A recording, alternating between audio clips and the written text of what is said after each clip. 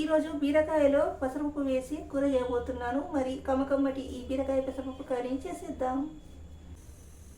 ముందుగా stove on చేసుకొని 1 table spoon వరకు ఆయిల్ వేయాలి. ఆయిల్ వేయాక అందులో 1/2 టీ స్పూన్ వరకు ఆవాలు, 1/2 టీ స్పూన్ వరకు జీలకర్ర, అది కాస్త చిటపటలాడాక 5 వరకు పచ్చిమిరపకాయలను ఇలా కట్ చేసి వేసుకోవాలి. ఇలా పచ్చిమిరపకాయలు వేగాక అందులో ఉల్లిపాయ ముక్కలు వేసుకోవాలి.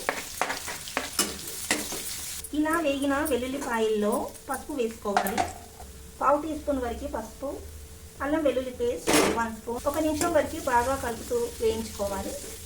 వెల్లుల్లి పచ్చివాసన పోయేంత వరకు వేయించుకోవాలి. టమాటా వేసుకోవాలి. టమాటా ఇలా కాస్త మగ్గిన తర్వాత ముందుగానే ఇలా నీళ్ళలో వేసి నానబెట్టుకున్న పెసరపప్పును వేయాలి. ఇలా 1 నిమిషం బాగా కుక్ చేసుకున్న తర్వాత అందులోకి కట్ చేసి పెట్టుకున్న బీరకాయ ముక్కలు వేసుకోవాలి. మొత్తం అంతా ఇలా ఒకసారి బాగా కలిపేయాలి. ఇలా పెసరపప్పు, టమాటా, బీరకాయ మొత్తం అంతా కలిసి ఇలా కలుపుకొని మూత పెట్టి 2 నిమిషాలు ఉడికించాలి.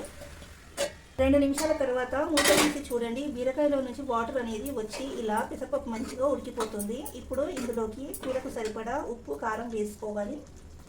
కారం, ఉప్పు మొత్తం అంతా కూరలో మంచిగా కలిసేలా కలుపుకొని మూత పెట్టి ఉడికించాలి. ఇలా మొత్తం అంతా కలిసేలా కలుపుకొని మూత పెట్టి ఉడికించాలి. ఇలా బీరకాయలో నుంచి వచ్చిన వాటర్లోని పెసరపప్పు మంచిగా ఉడికిపోయింది. ఫైనల్గా ఇందులో కొత్తిమీర వేసి స్టవ్ ఆఫ్ చేసుకోండి. కమ్మని బీరకాయ పెసరపప్పు కూర రెడీ. ఇలా ఈ పెసరపప్పు బీరకాయ కర్రీని వేడివేడి అన్నంలో వేసుకుని తింటే చాలా బాగుంటుంది. తప్పకుండా ట్రై చేయండి.